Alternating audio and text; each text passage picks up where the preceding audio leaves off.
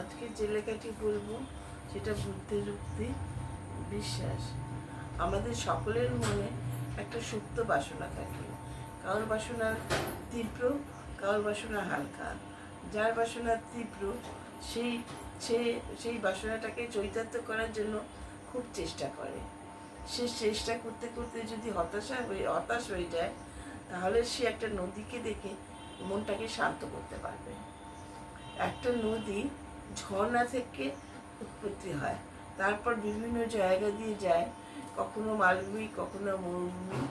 তখন নদী হতাশ হয়ে ভাবে যে ভগবান আমাকে কোথায় নিয়ে যাচ্ছে, এটা তো আমার গন্তব্য নয়।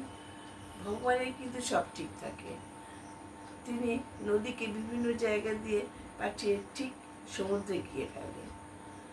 আপনার বাসনাও আপনিও ধৈর্য ধরুন। আপনার বাসনার সময় হলে ঠিক সফল হবে। ধৈর্য ধরে শুধু অপেক্ষা করুন।